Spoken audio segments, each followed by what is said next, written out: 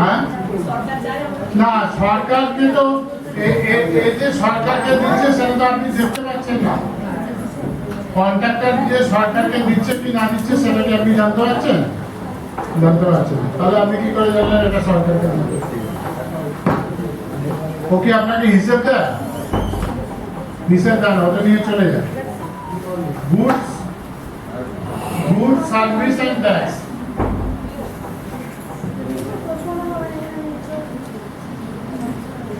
তার মানে আমরা যে কোনো জিনিস কিনি বা সার্ভিস নিই আমাদের এই জিএসটিটা দিতে হবে। তাহলে এক্ষেত্রে আমি যদি এখানে একটা রাস্তা তৈরি হলো তাহলে আমি সার্ভিসটা নিলাম, রাস্তা তো একটা সার্ভিস, সেই জন্য আমি জিএসটিটা দিচ্ছি। আর জিএসটি নিয়ম হচ্ছে জিএসটি দেবে হচ্ছে এন্ড ইউজার। এন্ড ইউজার মানে যে লাস্ট ব্যবহার করবে। বুঝতে পারছি? যদি বোতল কিনি, এই বোতলটা কিনি, সমস্ত জিএসটি আমাকেই দিতে হবে যেহেতু আমি এই বোতলটা ইউজ করি। তাহলে এখানে প্রশ্ন হচ্ছে যে এই যে বোতলটা যে তৈরি করেছে সেই তো কাঁচামাল কিনতে গিয়ে জিএসটি দিয়েছে সরকারকে। ধরা যাক এই বোতলটার দাম 30 টাকা। যদি আপনি বিল নেন, পাকা বিল নেন, জিএসটি বিল নেন, তাহলে ও হয়তো 3 টাকা জিএসটি নেবে, 33 টাকা আমাকে দিতে হবে। তাহলে ট্যাক্সটা দিচ্ছি কে? আমি। তা এই যে তৈরি করেছে সেও তো তৈরি করতে গিয়ে কিছু কাঁচামাল কিন্তু ট্যাক্স দিয়েছে। তাহলে সে কি করবে? সে হচ্ছে যে টাকাটা সে জিএসটি দিয়েছে সে নিজে নিয়ে নেবে। এন্ড ইউজার তো নয়, তাহলে ওই জিএসটি দেবেন 1%। এই সেরকম ভাবে যে কন্ট্রাক্টর যে 18,000 টাকা আপনার থেকে নিল, ও হয়তো ইট, বালি, সিমেন্ট, রড কিনতে গিয়ে 10,000 টাকা জিএসটি অলরেডি পেড করে দিয়েছে। ওই টাকাটাও ব্যাক পায়। ওই টাকাটা নিয়ে বাকি 8,000 টাকা ও রিটার্ন ফাইল করে সরকারকে দিয়ে দেবে। বুঝতে পারলো? তার মানে ওরই দায়িত্ব হচ্ছে ওকে দিতে হবে, কেন ওর টাকাটাও নিয়ে নেবে। ওর টাকাটা নিয়ে নেবে আর বাকি টাকা ও রিটার্ন সাবমিট করে সরকারকে দিয়ে দেবে। এটা হচ্ছে জিএসটি। আরেকটা জিনিস হয় টিডিএস আর জিএসটি। গ্রাম পঞ্চায়েতের আরেকটা হয় টিডিএস আর জিএসটি। দেখবেন অনেক সময় ইএসআর 1% ওর থেকে কেটে নেয়, কন্ট্রাক্টর থেকে 1% কেটে নেয়। সেটা হচ্ছে টিডিএস আর জিএসটি। যখন কন্ট্রাক্ট ভ্যালু 2.5 লাখ টাকা বা তার উপরে হবে, এটা হচ্ছে জিএসটি রুল। কন্ট্রাক্ট ভ্যালু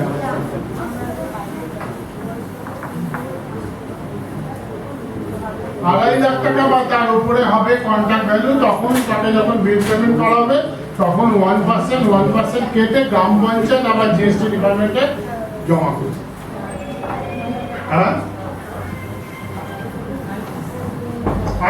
আলাদা এর সঙ্গে আমি দেখাচ্ছি। আচ্ছা, এই যে এবার কন্ট্রাক্ট ভ্যালু 2.5 লাখ। ধরা যাক কোনো একটা গ্রাম পঞ্চায়েত কন্ট্রাক্টরের সঙ্গে চুক্তি করলো 2,64,000 টাকা। আপনারা একটা এগ্রিমেন্ট করেন, ওয়া করা দেন 2,64,000 টাকা, কিন্তু মেপে দেখা গেল সে কাজ করেছে 2,20,000 টাকা। তাহলে কি আমি এখানে 1% কাটবো কি কাটবো?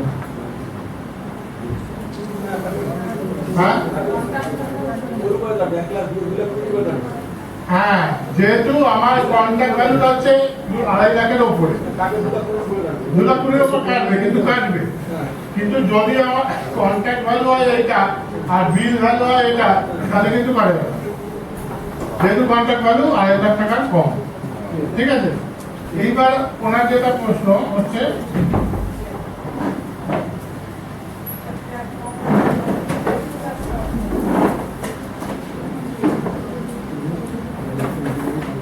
আমার টোটাল বিল হলো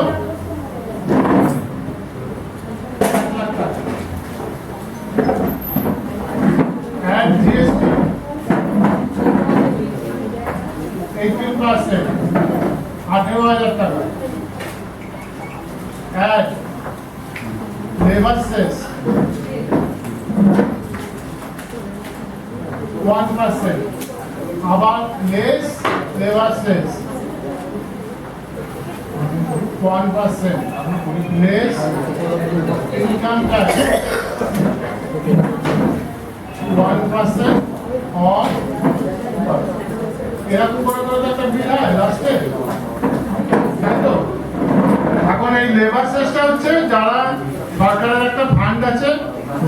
কনস্ট্রাকশন ওয়ার্কার তাদের ওয়েলফেয়ারের জন্য ফান্ডে টাকাটা জমা দিতে হবে, সেটা গ্রাম পঞ্চায়েত দেয়। আর আইটি যেটা কাটছে ব্যক্তি মালিকানা হলে 1% আর বহু মালিকানা হলে 2%, তাকে অধিক পার্টনারশিপ এইটাকে তো গ্রাম পঞ্চায়েতকে জমা দেবে। এইবার একটা কথা হচ্ছে যে জিএসটি আমরা তখনই দেবো যখন আমরা জিএসটি বিল পাবো। জিএসটি বিলে কতগুলো বিশেষত্ব আছে, মানে একটা সাদা কাগজে রাবার স্ট্যাম্প ওলা বিল তখনই জিএসটি হতে পারে। জিএসটি মানে হচ্ছে পাকা বিল, জিএসটি নম্বর থাকবে, ফার্মের পুরো অ্যাড্রেস ছাপানো থাকবে, একটা সিরিয়াল নাম্বার থাকবে, কাকে দিচ্ছি তার নাম ঠিকানা থাকবে, কত কবে ডেলিভারি হচ্ছে, কি কি ডেলিভারি হচ্ছে সেসব ডিটেলস থাকবে, ফোন নাম্বার থাকবে পুরো। এটাকে বলা হচ্ছে পাকা বিল বা ইনভয়েস। আগে যেটা আমরা ক্যাশ মেমো বলতাম, এখন সেটা হচ্ছে জিএসটি বিল। দেখবেন হোটেলে খেতে গেলেও আপনাকে যে বিল দেয় তার মধ্যে জিএসটি 5% একটা অ্যাড করে দেয়। ওটা হচ্ছে বড় হোটেলে খেতে গেলেও ওটা আমাদের জিএসটি দিতে হয়, বা বড় কিছু কিনতে, ল্যাপটপ কিনতে গেলে, ক্যামেরা কিনতে গেলে সবাইতে জিএসটি আমাদের দিতে হবে। ঠিক আছে?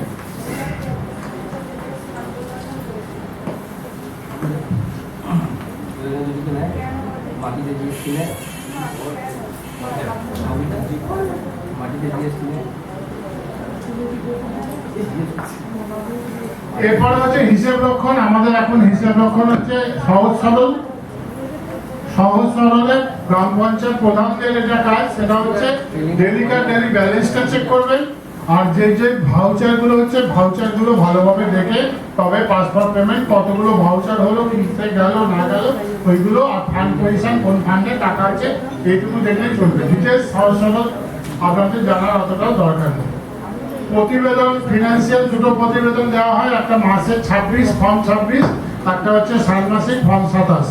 এইগুলো একটু দেখবেন। ফর্ম 26 মানে মাসে কত টাকা সিরিজে খরচা হলো, কোথা থেকে ফান্ড পাওয়া গেল, এইগুলো। এটাই আর্থিক নিয়ন্ত্রণ তদারকি। আর একটা হচ্ছে নিরীক্ষা, অডিট বলেছিলাম কত রকম, কালকে বলেছিলাম audit.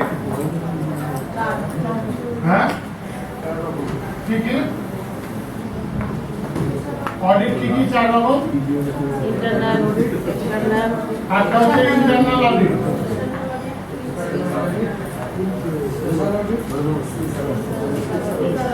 External audit, special audit আর সোশ্যাল অডিট।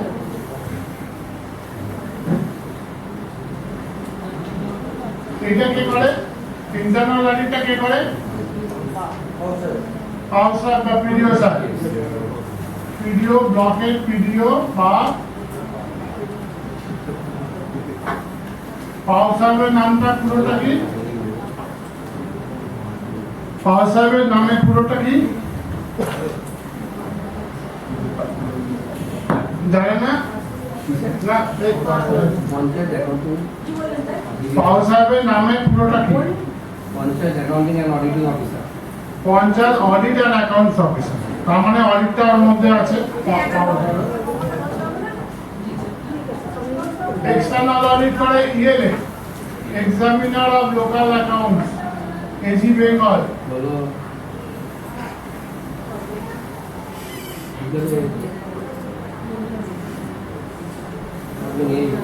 এটা বছরে একবার হয়, ওপরেরটা বছরে 3 বার হয়, তাই 3 বার 4 বার হয়, 3 মাস অন্তর। আর হচ্ছে স্পেশাল অডিট। স্পেশাল অডিট কখন হয়? স্পেশাল অডিট কখন হয়? হ্যাঁ, এটা কে করে? ভিডিও অর্ডার দিতে পারে, এনজিও অর্ডার দিতে পারে, ডিএম অর্ডার দিতে পারে, কোর্ট অর্ডার। কোর্টে কোনো কেস হলে কোর্ট অর্ডার দিতে পারে স্পেশাল অডিটে। আর এদের কাছে কোনো যদি রিপোর্টিং যায়, এরা করে 205-এর অডিট, যেটা খুব মানে স্পেশাল অডিট। 205 ভিডিও স্যার কাউকে পাঠাবে, জয়েন্ট ভিডিও বা কাউকেও পাঠাতে পারে, ভিডিওকেও পাঠাতে পারে, এটা হচ্ছে স্পেশাল অডিট। ঠিক আছে? আর সোশ্যাল অডিটটা সেলফ হেল্প গ্রুপ করে অনেক সময়। হ্যাঁ, ওরা তো ওদেরই আর কি, আমাদের ভালো লাগবে বা বেনিফিশিয়ারিও করতে পারে।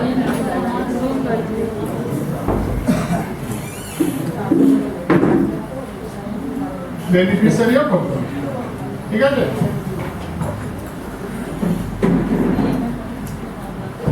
হ্যাঁ বলুন। স্পেশাল অডিটটা যদি কোনো এসডিও ভিডিও ডিএম অর্ডার দিতে পারে, এটা হচ্ছে 205 অডিট বলে, স্পেশাল অডিট 205, বা কোর্ট অর্ডার দিতে পারে। হাইকোর্টে কোনো কেস হলো, হাইকোর্ট তখন অর্ডার দিল, ধরা যাক কোনো পঞ্চায়েত কোনো একটা রাস্তা করলোই না, হ্যাঁ, কোনো পঞ্চায়েত কোনো রাস্তা করলোই না, অথচ বিল বেরিয়ে চলে গেছে। গ্রামে কোনো এক ভদ্রলোক আরটিআই করলো, কেস জুম করে করা যায় না। আপনি থানায় গিয়েও কাউকে বলবেন না, যে বলতে পারবেন না যে এনাকে অ্যারেস্ট করুন, তার আগে জিডি করতে হয়, এফআইআর করতে হয়, তাই তো। কালকে এগুলো নিয়ে একটু আলোচনা করেছে তা সেই রকম কোর্ট তখনই বলবে আপনি আগে কি করেছেন। আমার ইচ্ছে হলো, আমি বললাম অমুক পঞ্চায়েত রাস্তা করেনি, তার তো মানে ইয়ে দিতে হবে, প্রমাণ দিতে হবে। তা আমি আরটিআই করেছি, আমি আরটিআই করে কোনো উত্তর পাইনি। আরটিআই নিয়ে কালকে বলেছিলাম তো, আরটিআই বলেছিলাম তো কালকে, রাইট টু ইনফরমেশন অ্যাক্ট। ভারতবর্ষের যে কোনো নাগরিক যেহেতু পঞ্চায়েত সরকারি টাকা পায়, ভারতবর্ষের যে কোনো নাগরিক যদি সাদা কাগজেও অ্যাপ্লিকেশন করে, সেক্রেটারি হচ্ছে এসপিআইও, সেক্রেটারির কাছে অ্যাপ্লিকেশন করে, পঞ্চায়েতকে উত্তর দিতেই হবে। এটা এড়াবার কোনো নিয়ম নেই, আইন নেই। যদি না যান, সে তখন 30 দিন ওয়েট করবে, তারপরে প্রধানের কাছে অ্যাপ্লাই করবে। প্রধান না দিলে রাজ্য তথ্য কমিশন বা কেন্দ্রীয় তথ্য কমিশনে অ্যাপিল করবে, হিয়ারিং হবে। হিয়ারিংয়ে যদি দেখা যায় ইচ্ছাকৃতভাবে তথ্য দেয়নি, লিখিত তথ্য দিয়েছে, ইচ্ছে করে হ্যারাস করেছে, যতদিন তথ্য যায়নি প্রতিদিন 250 টাকা করে ফাইন এবং 5 বছরের জেল। এখন আরটিআইতে জেল হবে কিনা এটা ব্যাপার না, কিন্তু যে লোকটা বলবে যে পঞ্চায়েতে রাস্তাটা করেইনি, তাকে তো কোর্ট বলবে আপনি আগে কি করেছেন। তার সাথে তখন বলবো আমি আরটিআই করেছিলাম, কোনো উত্তর পাইনি, এই দেখুন এমন জায়গায় অমুক দিন সেক্রেটারিকে জানতে চেয়েছি, অমুক দিন প্রধানকে জানতে চেয়েছি, ওদিন তথ্য কমিশনে গেছি, কোথা থেকেও সদুত্তর পাইনি, সেই জন্য আমি হাইকোর্টে কেস করি। তখন যদি কোর্ট স্যাটিসফাই হয়, কোর্ট তখন এই স্পেশাল অডিটের নির্দেশ দিতে পারে। স্পেশাল অডিট হলে অনেক সময় কিন্তু পঞ্চায়েত সিল হয়ে যায়, পঞ্চায়েত বন্ধ করে স্পেশাল অডিট হয়। কোনো ট্রানজাকশন আপনারা করতে পারবেন না, কোনো ব্যাংকে টাকা পয়সা লেনদেন করতে পারবেন। আর স্পেশাল অডিট হওয়া মানে একটা পঞ্চায়েতে ব্ল্যাক লিস্টেড হয়ে যাবে। হ্যাঁ, অনেক ব্ল্যাক লিস্টেড হয়ে যাবে।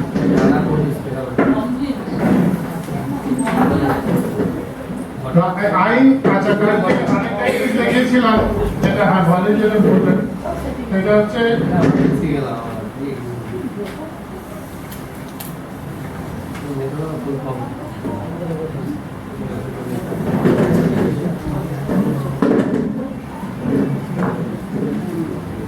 এই 3টে বই দেখিয়েছিলাম কালকে, নতুন যারা এসছেন একটু দেখুন। কালকে 3টে বইয়ের ছবি দেখিয়েছিলাম, এই বইগুলো সবার কাছে আছে? কালকে তো যারা ছিলেন বলে আপনারা যারা আজকে এসছেন, বই 3টে আছে?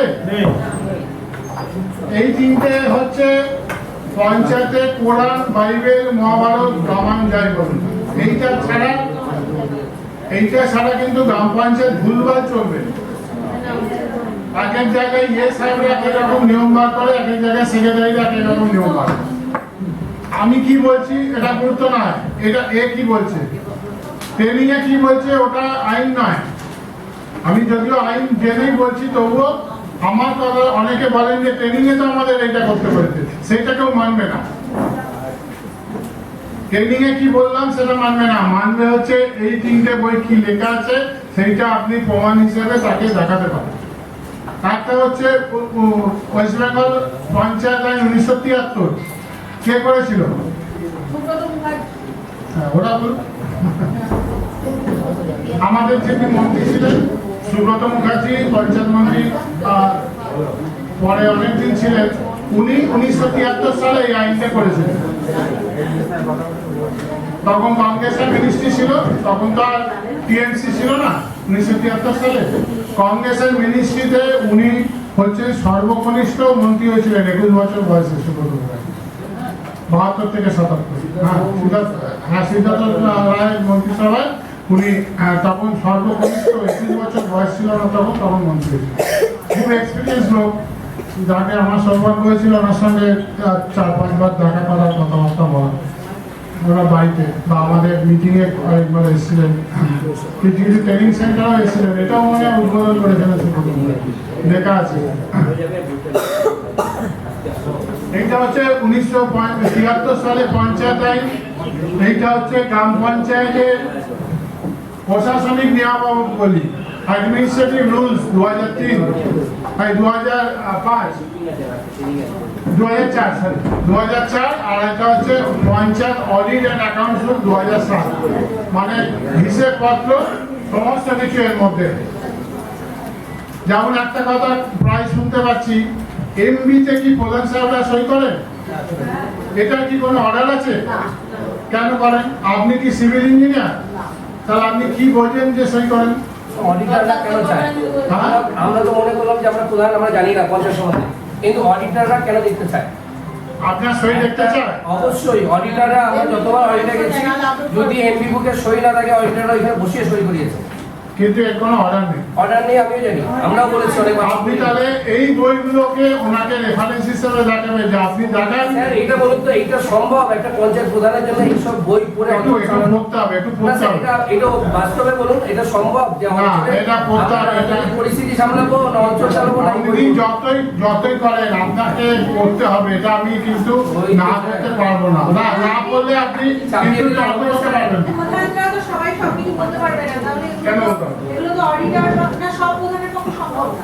সম্ভবই না। ওই করে সব প্রধানের পক্ষে সম্ভব না। আপনি বলতে চাইছি, হ্যাঁ আচ্ছা আমি বলতে চাইছি, অডিটররা এগুলো কেন করবে? স্যার এবছর 1 বছর অডিটররা আমি কিছু করে, ওই এক আমি বছর প্রধান ক্যামেরা বলতে পারবো না। ক্যামেরা চলছে, আমি বলতে পারবো অডিটররা কি করে, আমি সেটা বলছি। প্রধানের উপর এটা বলতে পারেন না যে প্রধান আমি বলতে চাইছি, আমি কি বলতে চাইছি, যে যখন বলবে এমবিতে প্রধানদের সই করতে হবে, তখন একটা কথাই বলবেন, অর্ডারটা কোথায় বা আইনে কোথায় লেখা আছে আমাকে দেখ। সেটা সবার পক্ষে সম্ভব না স্যার, আপনি যেটা বলছেন সেটা প্রধান না পারবে, উপপ্রধান পারবে, কোনো সঞ্চালক থাকতে পারে, কোনো স্টাফ থাকতে পারে, তারা তো বলবে। প্রধানত নোটশিট দিলে কি নোটশিট? হ্যাঁ ওটা বলে নোটশিট দিলে যা করে নোটশিট না, ওটা নোট। হ্যাঁ নোট দিয়ে দেখ না, দেখ না, নোট তো দেবেই, নোট তো অডিটের অঙ্গ। নোট তো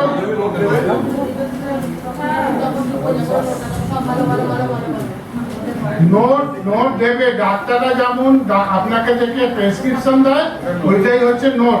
আপনি এটা করুন, এটা করুন, এটা ভুল করেছেন, এটাই করবেন, তার উত্তর দেওয়ার রাস্তা আছে, তাই তো? পঞ্চায়েত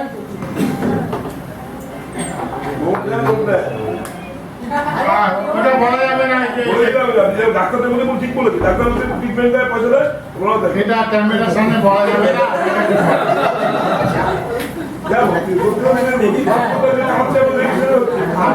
আমি জানি। আচ্ছা, অডিটের নোট দেওয়ার পরে 15 দিন মধ্যে আমাদের একটা উত্তর দিতে হয়, অডিট রিপ্লাই। অডিটর নোট দেওয়ার 15 দিনের মধ্যে আমাদের রিপোর্টটা পাওয়ার 15 দিনের মধ্যে আমাদের অডিট রিপ্লাই দিতে হয়। এই অডিট রিপ্লাইয়ে আপনি এখানে লিখবেন, আর এখানে 4 জন কমেন্ট লেখার জায়গা আছে। বন্ধ করো না, চালাবে। আর চালাতে হবে, ঠান্ডা লাগে।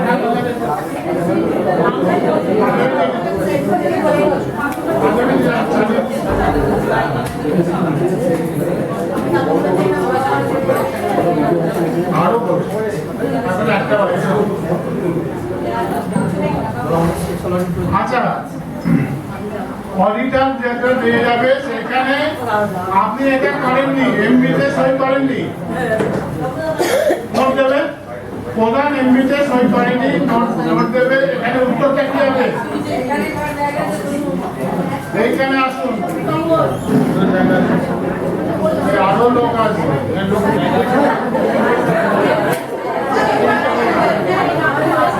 দুটো করে বলে তো হবে না।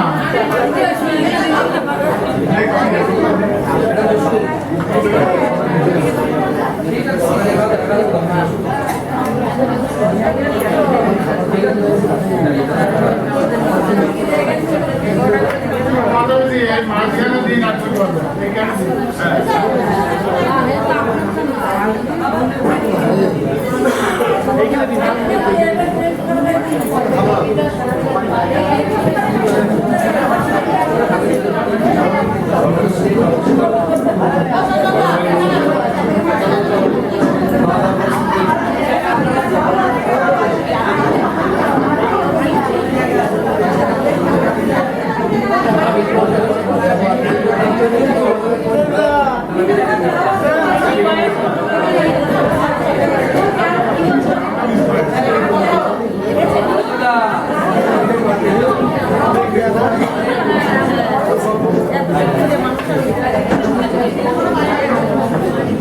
পরের দিন আমরা দুটো সময়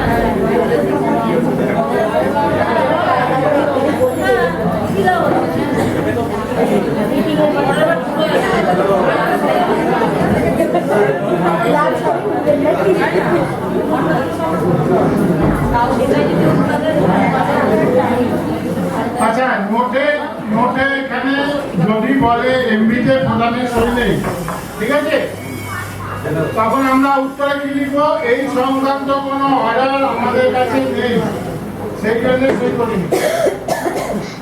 এইখানে প্রধানের কমেন্ট এইটা চলে যাবে ভিডিওর কাছে, ভিডিওর কমেন্ট শুধু প্রধানের কমেন্ট না।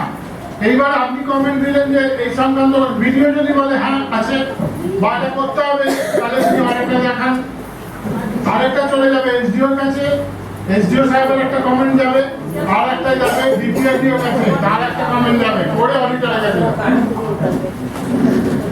তার মানে হ্যাঁ অর্ডার দেখে করবো। আমিও জানি না অর্ডার, আপনি অর্ডার, আমার কথা বলছি না, আপনি অর্ডার দেখতে চাইবেন। অর্ডার যদি থাকে আপনি সই করবেন। আমার কথা হচ্ছে, লজিকটা হচ্ছে অর্ডার আমি দেখিনি, আর আমার লজিকটা হচ্ছে প্রধান সাহেব কি করে বুঝবেন কাজটা ঠিক হয়েছে কি হয়নি। কোনো একজন প্রধান সাহেব আমাকে বলে দিন যে আপনি একটা রাস্তা দেখতে গেলেন, রাস্তাটা নিয়ম মেনে হয়েছে কিনা আপনি কি করে বুঝবেন? এই একটা 100 মিটার রাস্তা হয়েছে, এই রাস্তাটা কত থিকনেস দিয়েছে,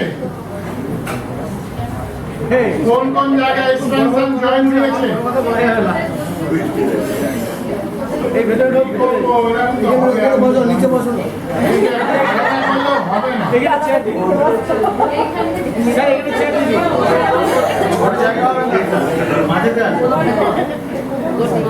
ওইগুলোতে বসে রাখো। দাঁড়া, দাঁড়াবে। এই চলে আসো ভেতরে চেয়ার এই ওই চেয়ার ওখানে চেয়ার দিতে হবে না এই ওই বসুন না, বসুন। স্যার, আপনাদের এই ওই চেয়ার নিয়ে ভেতরে আয় আচ্ছা, যারা দিচ্ছে আপনার জানতে হবে না, আপনার জানতে হবে না। না, না, না, আপনারা আনবেন না। আনছে, আপনারা আনবেন না। দিচ্ছে, চেয়ার দিচ্ছে। এখানে দাও গরুটার পাশে দিলে তো প্রিয়াঙ্কা চলে আয় প্রিয়াঙ্কা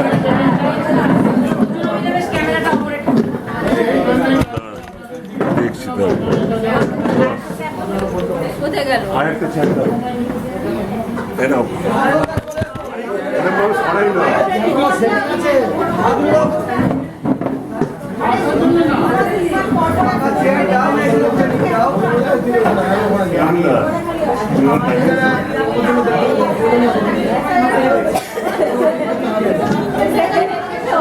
যাওয়া করে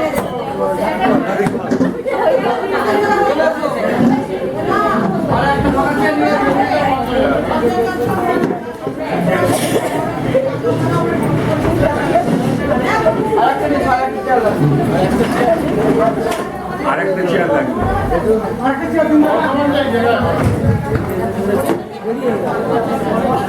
গেছে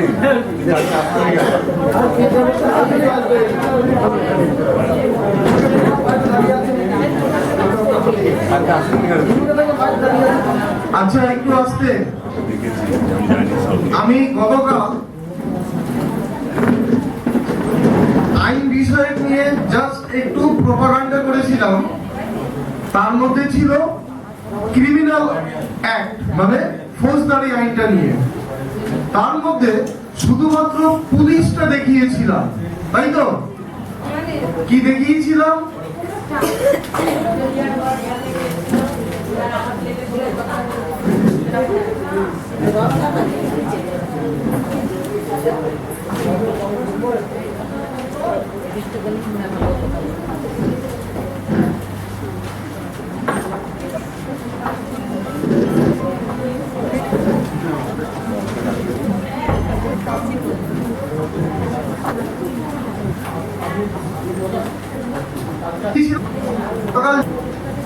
এইগুলো দেখি কি যারা ছিলেন WBL home guard, national force, GP, AP, SI, সাবিনিসাই ও আরআই আপেক্ষা থানায় দেখা যায়, দেখা যায় তো? আর কোন আইসি ওসি কালে আর আইসি সালে দিয়েছিল একটা কি যদি দেখেছি দুর্ঘটনা ঘটে কার যে কোনো ধরনের উপসভা ঘটনা বলে দিয়ে আছে কি স্থাপিত করেছিলাম। এটাও ছিলাম যে তার সঙ্গে স্টেডি বলে দিয়েছি এই রুল জাতি ধরে বর্ণ নিয়ে সমান দুটো বলে ধর্ম বিশেষ ধর্ম ছিলাম তো বিশেষ কি জাতি বর্ণ নির্বিশেষে সমান, কিন্তু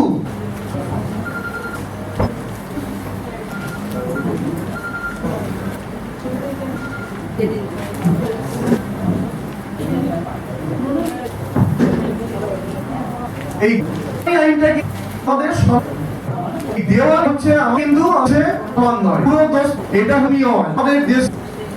আমি গত ধর্মী প্রসঙ্গে বলেছি গত আমরা আসলাম যে কিরকম ধার সম্মুখীন কোর্টে আপনাদের সেই অভিজ্ঞতা এটাও যে উপস্থাপন প্রসঙ্গে ওই বলেছিলাম আমার যেহেতু বিষয়গুলো আমার অ্যাপ্রোচ এটা ওই হবে কোডিং অনেক যাবে না এরকমই ছিলাম দেওয়া নিজেদের গায়ে না এও বলে অনেক তারা নিজে কি তো বিচার মারবেন কারণ রাজনৈতিক বিতর্কিত বিষয় প্রসঙ্গ বিতর্কিত চোখে নিজেদের রাখবেন না এটা কিন্তু এর গায়ে জাস্ট আমরা আইনের গায়ে মারা বলি এটা শিখতে পারবে তাই নিজেদের আপনি কিন্তু আছেন না আমাদের দেশে তবে আমার